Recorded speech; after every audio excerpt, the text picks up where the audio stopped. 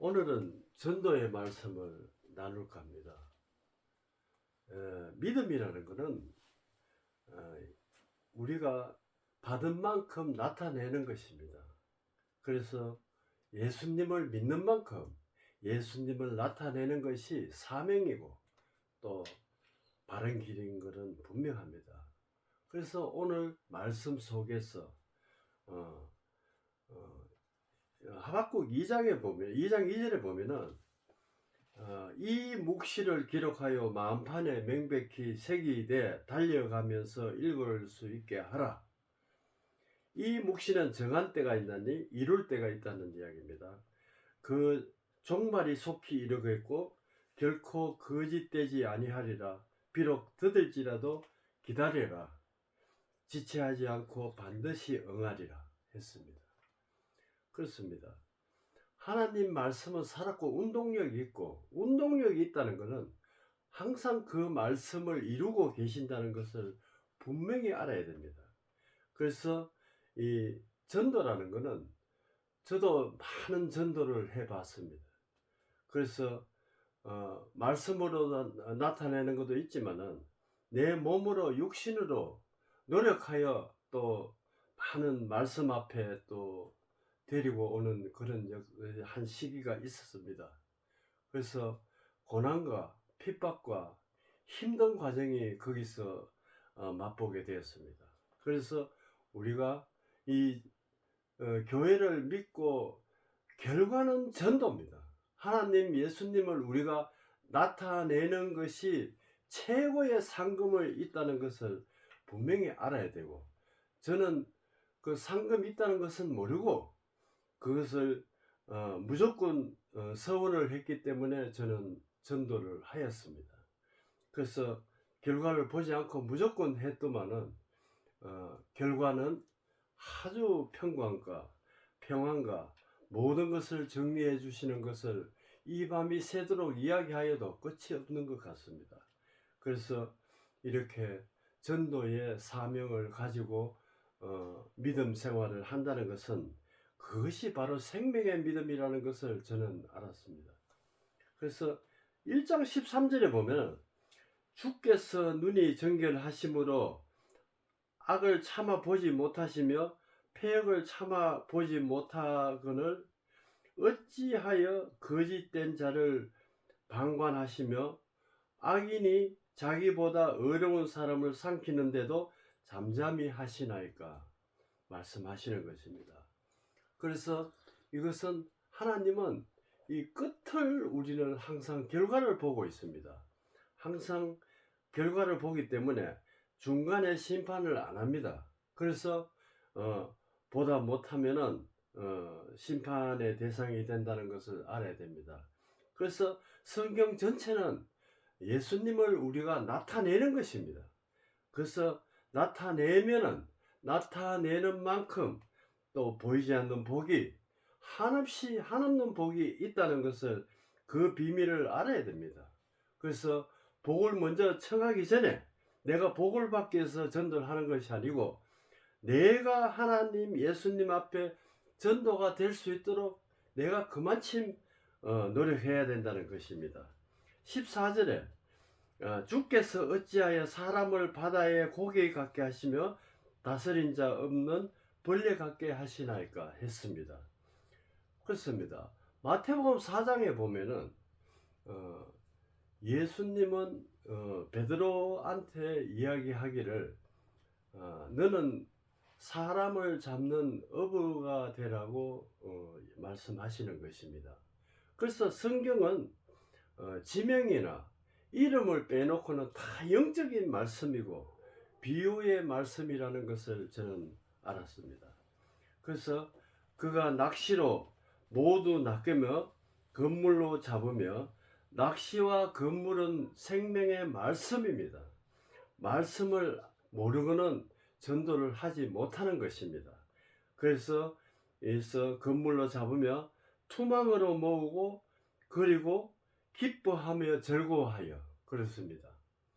전도를 하면은 제일 기쁩니다. 이 세상을 다 얻은 것처럼 하면서 내가 죽어지고 또 섬길 줄 아는 그런 배움도 있고, 또 핍박과 고난과 이기는 그 인내가 있다는 것입니다. 그래서 전도를 해야 된다는 것입니다. 그래서 이 디도서 1장에 보면은 1장 2절에 보면은 예수님도 전도를 하였고 전도로 이 세상에서 나타내고 또 전도가 나의 맡긴 것이라고 되어 있습니다. 그래서 결과적으로 이 성경 전체는 전도입니다. 전도를 하나님을 나타내고 예수님을 나타내고 분명히 나타내는 것이 나의 사명이고 나타내는 만큼 큰 복이 있다는 것을 알아야 됩니다. 그래서 전도라는 것은 말이 쉽지 않고 그렇게 힘든 그 과정이 있다는 것을 알 수가 있습니다. 그래서 오늘 에스겔 47장에 보면은 자세히 또 나와 있습니다. 그래서 이게 종말의 때 에스겔 47장은 성경 전체에 함축된 말씀이라는 것을 분명히 알아야 됩니다. 47장 2절에 보면 그가 나를 데리고 북문으로 나가 바깥길로 꺾어 동쪽에 향한 본즉 물이 그 오른쪽으로 서며 나오더라. 그래서 그 사람의 줄을 잡고 동쪽 청량하운 후 그래서 하시며 물이 발목에 오르더니 또 다시 청량하니 물이 무릎에 오르고 또 다시 청량하니 건너지 못할 강이 된지라. 그렇습니다. 이거는 생명의 말씀인 것입니다. 이 귀한 생명의 말씀, 물로 표현한 생명의 말씀은 네 분을 청량하여 내가 그 건너지 못할 강을 건너야만이 생명이 보인다는 것입니다. 그래서 그 뒤에 전도가 시작이 되는 것입니다. 그래서 막연하게 그 목사님의 눈 안에 들라고 노력하여 전도를 하는 것이 아니고 이 생명의 말씀을 똑바로 알아야 된다는 것입니다. 생명을 모르고는 무식한 행동을 할 수밖에 없습니다. 무조건 교회만 끌고 가면 되는 줄 알지만 그 교회가 생명이 없으면 죽음으로 무덤으로 데리고 가는 것입니다. 그만큼 전도도 중요하고 전도는 나의 사명이라고 생각하지 않으면 안 된다는 것입니다. 내가 돌아가니 강 좌우편에 나무가 심이 많더라. 나무는 목자가 많다는 이야기입니다. 이 성경 전체의 기록이 계시록 22장에 보면은 이 똑같은 내용이 또 있습니다. 그래서 성경 전체라고 생각하시고 이 성경에 나오는 전도에 대해서 우리가 분명히 똑바로 알고 전도하는 그런 생활을 하여야 생명의 생활을 할 수 있다는 것입니다. 그가 내게 이르시되 이 동문을 동쪽으로 흘러가 아라바로 내려가서 바다에 이르르니 그 바다가 물이 되살아나리라 했습니다. 바다는 먹지 못할 물이니까 세상입니다.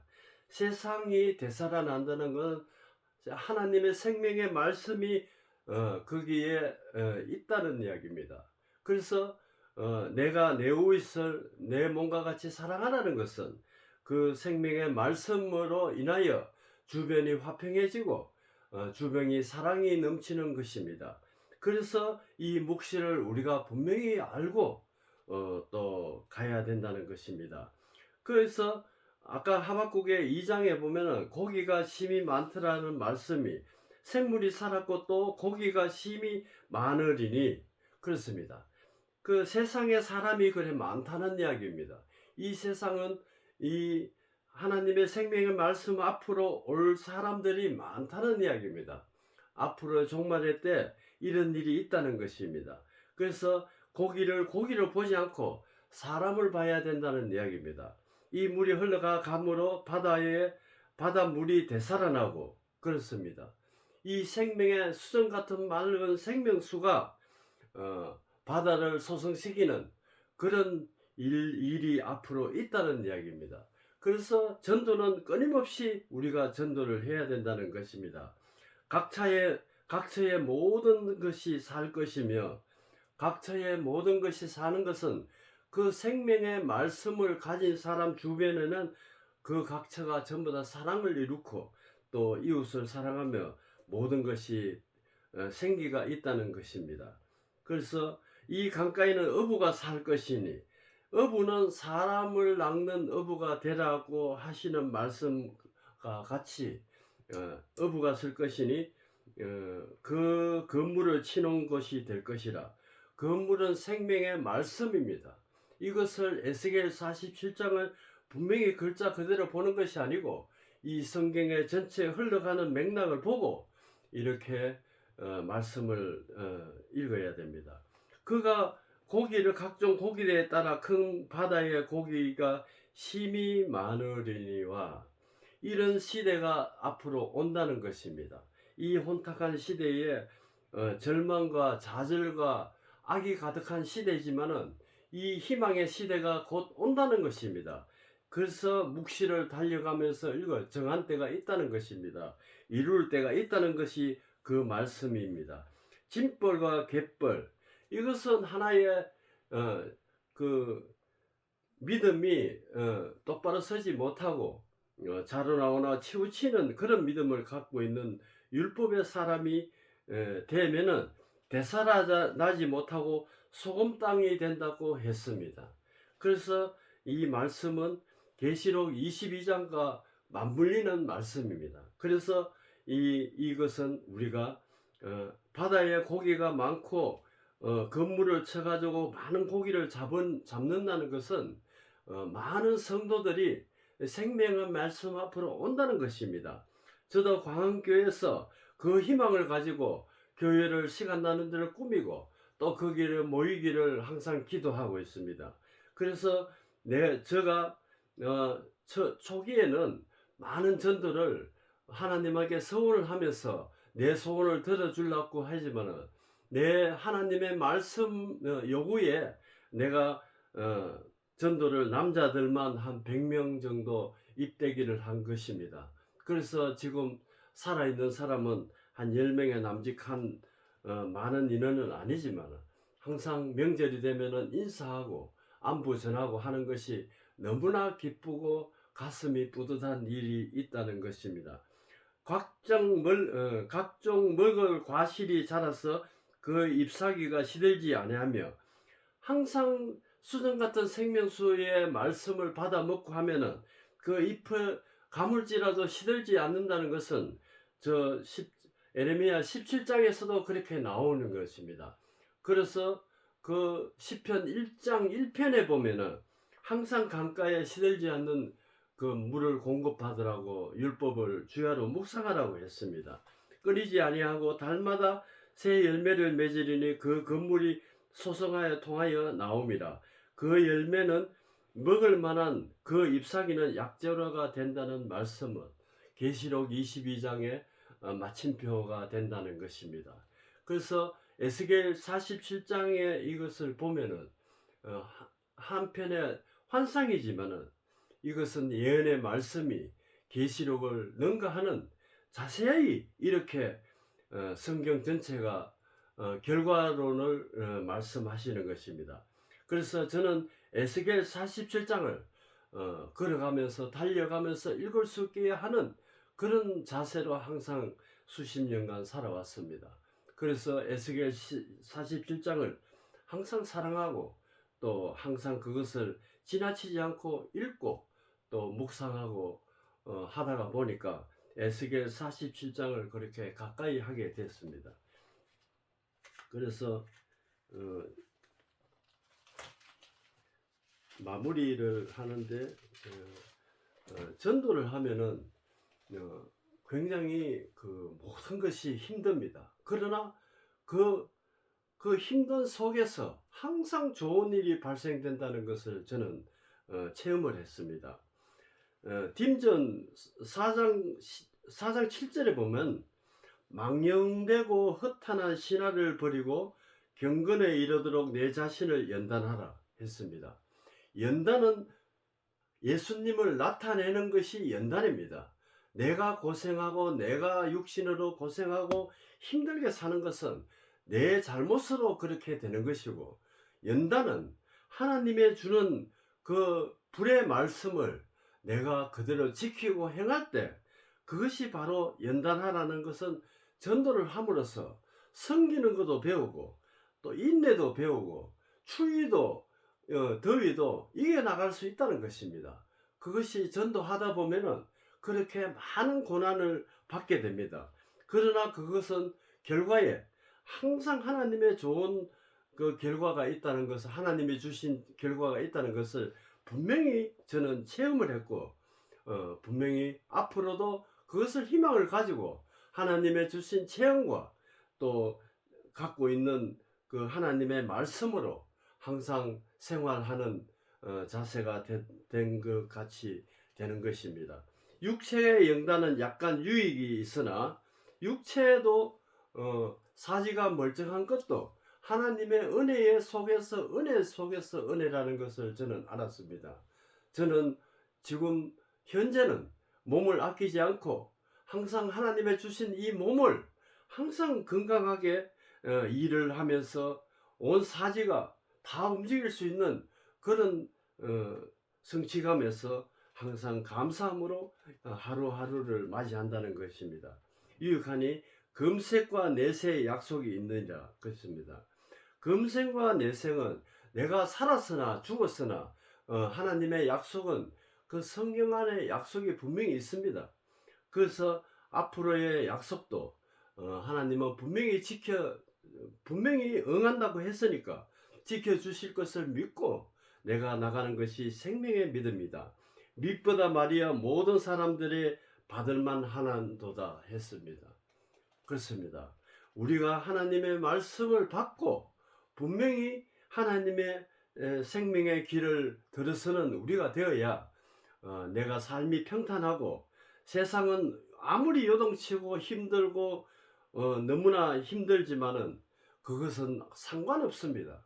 내만 하나님을 믿는 내만 분명히 하나님의 은혜로 살아간다는 것을 체험하시고, 오늘 봄도 되었고 분명히 내가 받은 만큼 나타낼 줄 아는 그런 믿음이 됐으면 하는 바람에서 오늘 말씀을 나눴습니다.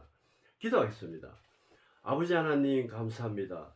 아버지의 생명의 말씀대로 이 지상의 명령은 전도라는 것을 디도서 1장을 통하여 알게 됐습니다. 아버지 하나님, 이 디도서 1장을 통하여 이 전도에 사람을 어부라는 것을 분명히 어부가 되고 또 고기가 되는 그 말씀의 비밀이 있다는 것을 저는 또 이 시간을 통하여 더 알게 되었습니다. 이 말씀 속에서 분명히 성경의 비밀의 말씀을 알면서 또 전도의 성취감을 가질 수 있도록 하나님의 생명의 길로 들어서게 도와주시옵소서. 예수님 이름으로 기도드렸습니다. 아멘.